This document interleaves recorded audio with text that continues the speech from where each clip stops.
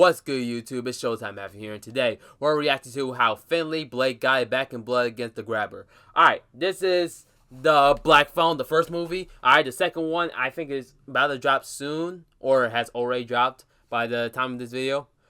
Alright, yeah, Black Phone dropped not this year. Alright, it dropped in 2021. This was a good movie. It felt a bit of an underrated movie too, cause I didn't hear too many people talk about it. I mean, hell, I only heard about it because of the Dead Meat video. All right, this video is how I heard about it. When I watched this, I decided to watch the movie for myself. That was a good movie, man. It was super underrated. I didn't hear too much about it, but yeah, it was a really good movie, man. I really liked it. This video's from Brandon DTM. All right, let's get right into it. Bet. So the movie opens up and we see my dog Finney pitching to Shohei Ohtani Sr. Side note for all my baseball players, the stirrups are extra tough, bro. I swear to God. If you was wearing that shit when you was playing ball, you was him. And low-key, Finney's throwing that shit hard as hell. He got Buddy looking goofy in front of all the biddies. The count's 0-2, and instead of making Shohei chase a ball outside, he throws a fastball low and in, and that bitch goes a million feet. And then, bro, bat flips on his ass for the walk-off dub. Nah, I ain't gonna lie, bro. I would be so tired. We gotta run the 30 after that. We cut to Bruce on his bike just enjoying life until a black van pulls up and the screen fades to black. Finny and his sister pull up on this racist picking on the wrong Mexican because my son put the beats on his ass. I remember this kid. The kid with the thing. Oh yeah, I remember this kid. This man had the hands. This is the one that really shocked me because I felt like he could have beat the grabber. I mean, in the straight out fight. I mean, yes, I know he was an adult and he was stronger, but low key, I thought he could actually beat him up in a straight up fight. Like honestly, because he really had the hands. Hold on. He's gonna show it right here. This little boy Robin is genuinely insane. Like, damn, look at him. This kid in WWE moves. He was dead ass gonna shatter this. Look at him. He's in a reverse grab. He's in a reverse chokehold here. You put him in a reverse chokehold, and I think he slams him down, right? Everybody. He instead drops him and beats the. Damn. I thought he was like he put it like behind his neck, like his hand like this, and then just jumped down and slammed him down. I thought that was what happened. But my point still stands. I was so disappointed when he got grabbed. Like honestly, I was sad because I thought he was really gonna make. I felt like out of all the people that could have probably got away with it, no, it could probably get away from him. It could probably be him, man. I was sad, man. I really was. Breaks off of it. Shit, if I thought what Batman did was bad, this is like a million times worse. Hey, I bet you he won't be bullying anymore, I'll tell you that. Sometimes the only way to deal with a bully is to bully the bully. We then find out that Finney's getting picked on by the Three Stooges, which I don't understand at all. How are you getting bullied? Yeah, I'm sorry. I'm sorry. How is he getting bullied by these guys? Like, these guys were the ones who were picking on him? Like they look like the type of kids who got shoved in the locker. I'm sorry, but like these are the type of kids that got shoved in the locker. And like any other like middle school, high school movie, these are the kids that got shoved in the locker. By these three kids. How? It's the holy trinity of minorities, bro. They picking on the white boy. I thought it was the other way around. You're supposed to be bullying them. They're about to get their get back on Vinny for their ancestors being enslaved and shit when Robin walks in and tells them to fuck off. Yeah, my son Robin got aura in this school. He runs shit over here. I don't care if he's 4'7", 110 pounds. He will beat the dog shit out of anybody. I dare you to step to bro. We cut to Finney's sister Gwen getting pressed by the police because she's having dreams about the grabber, and the cops swear up. I think she was the best character in the movie. I think she was the best one. Like I don't know, her dialogue through this entire movie was just funny as that. For like, no, I want to say the whole movie for like a good few parts of this movie was absolutely hilarious. Up and down, Gwen has something to do with it. And I'm gonna just play y'all her response. Is actually funny as shit because she's supposed to be like 7 in this movie. Yeah, I took him down because obviously I'm the grabber, you dumb fucking fart knocker. Yeah, Gwen. Yeah, you tell him, kiddo. These stupid ass adults taking away from your education. That's why I cannot wait for the second movie. Also, because like I think for the Black Phone 2, the grabber comes back as like a ghost, which makes sense because like all the supernatural stuff going on with her, like seeing. I think it was like seeing the future. Nah, I don't think it was like seeing the future, or was it? I forgot her power. My bad. With her seeing the future and the grabber and stuff. with her seeing the future, and like, oh yeah, the ghosts, yeah, with the kids coming around as ghosts in like the basement. Yeah, honestly, it makes sense that the grabber comes back as like a ghost, especially with all the other kids and stuff. It makes sense. It makes total sense. For this bullshit. Fast forward to the next morning, and Finney's dad is whooping the piss out of Gwen because of her dreams. And this little girl pulls a Caitlyn Jenner because the absolute massive gorilla nuts she has is insane. Because she uses her ult, threatening to drop Pop's bottle of lick. And you could just see Pop starting to sweat, bro. He's like, nah, bro, no. Hey, chill. Not the lick, anything but the lick. He ends up calling her bluff, and she drops that bottle so quick. No hesitation at all. Gwen didn't flinch a muscle. Now her dad whoops the shit out of her because he's a raging alcoholic with mental issues and shit. He's just a horrible dad all around. And this is some of the best acting in the entire movie. And it comes from this little ass girl. My dreams are just dreams. She's acting her ass off. Yeah, she was. Yeah, I ain't gonna lie. She was definitely the best character, easily. Robin, and he falls victim to the grabber. I've like I said again, I have all people. I thought he will be able to fight his way out of it. Like I really thought out of all people he could fight out of it, but sadly no. Like honestly, I thought he had it. Not my goat. I really did, man. So word gets around that the school demon is gone now, and Finney's bullies get all big and bold now. They're jumping my dog again, routine beating. Got this nigga looking like Peter Parker. Until Gwen comes to make the save, and she commits attempted murder. Oh yeah, smacking this little boy with a big ass. Oh! Leaking. Oh my goodness. Oh my goodness. Let's go back to that. God, this nigga looking like Peter Parker. Until Gwen comes to make this. Look at this. Attempted murder, smacking this little boy with a. Look how far that she's winding that back to hit the kid. Like she cocked that shit back and boom sticked him. Big ass. She got that nigga leaking, bro. And look how he was leaking at the end. I'm surprised this kid is still awake. Like, I thought he would be asleep. I don't know how he's standing there. I don't get it. Oh. Yo, if there was one adult within a half-mile radius, she would be in a police car right now. But that's not even the worst part, I ain't gonna lie. Because these badass kids do the Randy Orton special on her with a power slam and a goddamn punt to them. Damn! Nah, y'all bugging the fuck out, bro. Y'all tripping balls. I ain't gonna lie though, she took that shit like a champ. She putting up Billy Hope numbers. Now here's my question. Are there like 0 adults at this school? Like, how is this happening? Let's just say this is the morning time before you go to class and shit. The kids get dropped off or whatever. There's usually security and faculty all around the school at all times. I don't see one adult, bro. Not one adult on this school premises right now. Did they just not give a damn in the 70s? Is that what it is? Man, I ain't gonna lie. Almost every adult in this damn movie needs to be blamed for like half of everything that's going on. Like, there was no adults around this entire movie. Like, we just saw a bunch of kids get jumped. Alright, the little girl just got treated like she was in WWE getting slammed. And there was like not one adult around. Like, I saw this one comment. This takes place in like the 70s. Like right here. This would take place in like 70s. Parenting was optional back then, unless it involved being if every single old person I ever talked to has dropped. Is accurate. Else, making stories so layers upon layers on why the parents eat terrible. No, it's just like every time I see one of those movies, half the time there's like no parental or like adult supervision around. Like these kids are literally out here fending for themselves, and then they turn around and wonder why they're all getting snatched. Like what we doing, man? What we doing? Fast forward a little bit, and Finney's walking home from school. Not a single adult in sight when he gets snatched up by the grabber. Again, no adults around. Like there's a grabber on the loose, and not one adult is around. Like what were they doing? And like, oh my goodness. I'm sorry. I'm mad.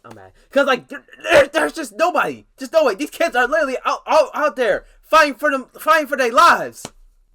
Like, what are we... Man.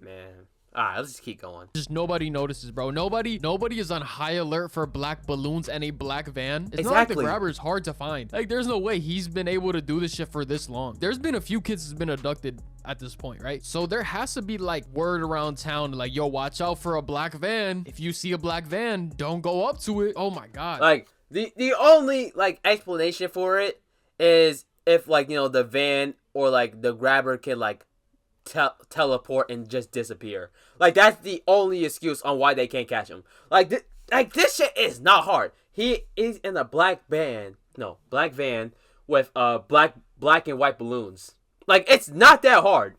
Like, there's no way this guy has not gotten caught by now. Like, there's no way. And the fact that there's still not one adult. We have seen, I think, 3 adults at this point. Not one of them were security. We saw like 2 police. We saw like 2 police. We saw 2 officers. I know, 2 detectives. All right, we saw like 1 or 2 teachers. All right, we saw Finley's dad. All right, but that's like no, that's 5. My bad. That's my bad counting. That's 5. All right, not one of them was security. Nobody was out there watching the kids when they got out of school. Nobody. They're just on their own. No, I'm just gonna bring it up. All right, I'm just gonna keep moving. Bro, what the fuck? It's making me mad because like, how are people so stupid? So Finney wakes up and sees his new living situation and he knows he's ultra cooked. There's nothing in here except a toilet, a dirty ass mattress, and a black phone that doesn't even work. So after finding out that he's most likely gonna die in the next few days, he just goes to sleep. He goes to take a nap. He then wakes up from that nap when he hears the phone ringing and the grabber just appears out of thin air. Like, what the hell? He then gives Finney a very reassuring message to make him feel better, bro. Like, hey, nothing like a good old welcome message to make you feel better after getting fucking kidnapped. I will never make you do anything that you won't. Whoa. Oh yeah, right. I forgot what he. Hey yo, what else did he say? What else did he say? No, this nigga is. I actually deadass forgot. What else did he say? Insane. Like, I know what the hell you are, buddy. And to make it even worse, the grabber just watches Finney sleep like crazy as hell and says with tears in his eyes, I just wanted to watch you sleep. Oh no. You fucking kidnapped my son and he can't even take a nap without being harassed? And God forbid a nigga asks for a meal. That turns into a big ass issue. How about you bring him a Big Mac, you creepy bitch? Finney can't get no goddamn chicken nuggets and french fries before you make him meet the woo? Finney gets a phone call from Bruce and he gives him some valuable information. Turns out the grabber hears when the phone rings, but he doesn't want to believe it. And Bruce also tells Finney to finish digging a hole in the ground he didn't get to finish. You know what I'm saying? The grabber got to him a little too quick. The grabber then decides to finally feed his goddamn prisoner. This poor little boy. He finally. Oh yeah, when's the last time he ate? And you want to know? Like, when was the last time he actually ate? Like, I know it's been a long ass time, so.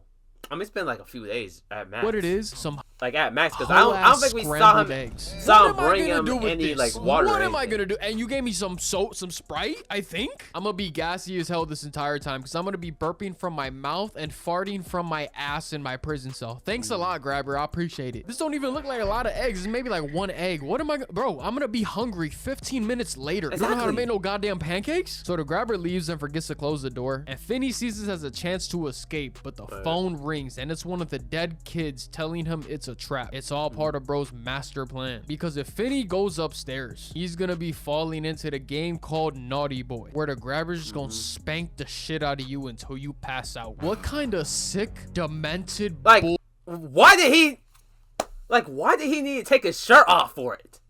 Like that like what kind of weird shit is this? And he took his shirt off for it. Why did he need to take his shirt off for it? Bullshit is this? Like, why? On, bro. Why bro kind of aki? I ain't gonna lie, bro. Hey, his ass been in the gym. Hey, chat, y'all think he natty or what? I don't know. I think he might be taking some steroids or something. I don't know. We cut to Gwen and Pops chopping it up, and we find out that Gwen's mom also had dreams, but she ended up leaving the game lobby because those dreams drove her crazy. And the reason Pops is such a drunk hard ass is because he doesn't want that same fate for Gwen. I see what the movie's trying to do here, but like, gang, you're going about it entirely the wrong way. You're an alcoholic who abuses his kids, bro. But hey, it's the 70s. Pretty much everybody was like that. So the cops are going door to door. Yeah, like I understand what they was trying to do with the dad, but like, nah.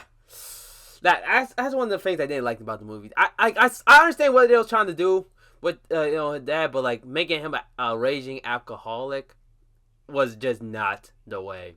It just wasn't. If he was like an overprotective parent, all right, overprotective parent, not the alcohol stuff, you know what I mean? It could have worked.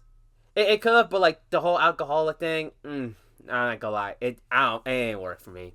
It just didn't. We're asking about the kids when Buddy right here got his own investigation going on. And I ain't gonna lie, he's low-key cooking. He's got everything mapped out, strategized, and everything. And we then learn he's crashing here at his brother's crib while he's visiting, which sounds very sus if you ask me. Now, the feds were actually considering this information until they found out bro was crushing Smarties. So they leave, and we find out that Finney is trapped in the exact same house the cops were just in. Bro, if they opened a few doors, they could have saved my dog, bro. Fuck. The grabber comes to get Finney like he only, like the cops, I feel like should have searched the house. I mean, dry I understand why they didn't do it, but like a part of me wished they searched that house, like as soon as they saw him like doing coke and stuff. I mean, I wouldn't say that's a crime, but like, man, honestly, I don't know, it's just me. I wish they searched the house. But he wants to know his name first. And like any rational, smart child in this situation, he lies. But it ends up backfiring. The grabber already knew his name because he saw the newspaper. He just wanted to see if Finney would lie to him. He talking about some, I almost let you go. He's lying like shit right now. I do not believe that. Finney gets a call from Griffin and he tells him now's his chance to break out like Michael Schofield. The only thing is that there's a lock on the door. But Finney finds out the numbers, but he doesn't know the exact combination. If it ain't one thing, it's another with this goddamn movie, bro. So Finney comes upstairs and is within inches of the grabber who's slumped in his chair right now. Finney, if you don't stab this nigga right now, bro, slit his goddamn throat. You have a perfect opportunity.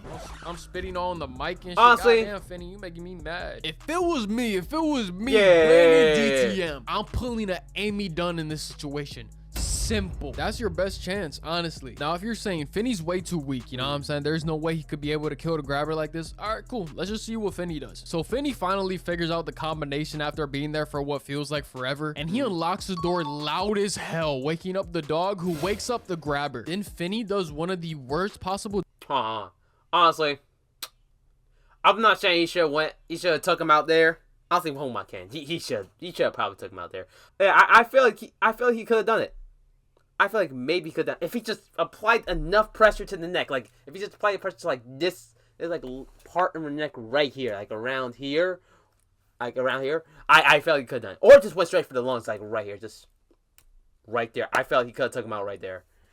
But, like, honestly. I understand why you wouldn't risk it, but it could have been an honest option. It could have been. Jobs at running away I've ever seen, because the grabber gets his keys, turns on his car, drives it into Finney, and ends up catching Finney anyways. How? You had like a 20-second lead, I ain't gonna lie. Because he didn't even act right away. He took off his mask, did some dramatic ass pose, grabbed his keys, then got into his car, and caught you. Why didn't you just go into a neighbor's yard or some shit? Is beyond me, bro. Like, I'm banging on every single door, I'm screaming loud as shit. Or if you want to be galaxy brain with a 300 IQ play, you could have pump faked him and hid in like a bush or some shit while he goes searching for you. Oh my god, I'm a genius. Holy shit. So he had so many options. You could bang on somebody's door until they answer. Or if you're just too scared to move, you're petrified by fear, you stay there until the grabber comes back and goes inside and something, chalks it up for the night, and then you go to somebody's crib. Whichever one you pick, it is infinitely better than what Finney ended up doing. In all reality, you should have just slit his throat. You had the perfect chance. But hey, fuck it. Your life, do what you want. Yeah, he really has so many better options. Finney and knocks him out cold, and it's GG's, bro. It's GG's. We then see Gwen, who's pissed at Jesus because she didn't get a dream last night. She then tests his gangster, talking about maybe you're not real after all. Gwen's rage baiting ends up working in the end because she gets a dream that shows her where Finney is being held at. And Finney gets a phone call from Vance Hopper telling him today's the day. Time to grow some balls, Papa, and find a way out of here. Finney digs a hole through a wall into a freezer, but it doesn't end up working. And my son is bawling his eyes out, accepting his fate. He's gonna be front row at a Hulk Hogan versus Chris Benoit title match pretty soon. And the phone rings one last time, and it's Robin. He's teaching this nigga how to box like Floyd Mayweather. Gives him that was, man, I love that scene. That was probably my favorite scene, with the like the little line dance, practice they did with the 1, 2 and punch. Like, man, that was so nice, man. That was nice, man. Why? I wish he taught him that when he was like getting bullied and stuff. You know, when he was alive. You know, I wish he was doing that when he was alive. But still, that was a really great scene. A little pep talk, and it's wartime. My son Finney is game planning right now, filling the phone with dirt, setting up some booby traps, and we see Gwen find a house from her dreams, and she notifies the feds. And the grabber's brother finally figures out that his brother is doing all this creepy shit, but it's too little too late because he gets murked by his own brother. The grabber then calls this fucking demon of a dog, this goddamn hellhound, and it's game time, baby. Come on, let's get active, bro. Finney dodges an axe attack and trips the grabber into the hole where he shatters his ankle into a piece. And Finney dodges and whacks him over and over. Even hits his ass with a uppercut. Got bro stunned. He hearing smells and shit right now. Bro's for sure concussed. Finney ends up getting a little bit too greedy, and the grabber catches him. But Finney ends up pulling his mask off. Like, why'd you go for the overhead? I mean, I don't think the overhead attack, I don't think that worked. Man, I wish he has a secondary weapon or something. And bro loses his mind. He starts bugging the fuck out. He then hits him 3 more times and chokes him out with the phone. Then putting its grabber catches. I'm not gonna lie, the grabber sold. Like, I understand why it happens, but I get so mad when characters lose their like mask and stuff, and then they just start freaking out. I know it's like a psychological thing, but it's just so annoying. It just pisses me off sometimes. I don't know. I know it ain't just me. It just makes me mad sometimes. Like, I seen Michael Myers. It happened to Michael Myers. It happened. I think it happened to Michael Myers. I think it happened to Michael Myers. I think it happened to Jason. All right, and now it's happening to him. It's so disappointing. It really is. But Finney ends up pulling his mask off, and bro loses his mind. He starts bugging the fuck out. He then hits him 3 more times and chokes him out with the phone, then putting it to his ear so all the dead homies could talk they shit. And Finney lands the final blow. Yeah! Smoke! I like that. Yeah. Rest in piss, bozo. So the feds break into the crib and they find out this is where the grabber buries all the kids. And turns out both houses were right across from each other. Wow. Wait, he had 2 houses. WIQ. Like, who would even think that? Like, oh yeah, bro's gonna have his murder house right next to his actual house. So Finney reunites with his sister and his pops, you know what I'm saying? Dad saying sorry for being a shitty dad, and you know, we get the good ending. But yeah, that's the video. I hope you enjoyed. Know how to drop another banger for y'all real quick, you know. We on the road to 300K. I love y'all so much, man. Hey, I don't really like scary movies, but I like this movie a lot. This is a great good movie. See, I like really movies like this that aren't super scary, but they got like a little bit of thriller, a little bit, a little bit of scariness in it. Yeah, y'all telling me to do The Conjuring and shit, bro? Hell no.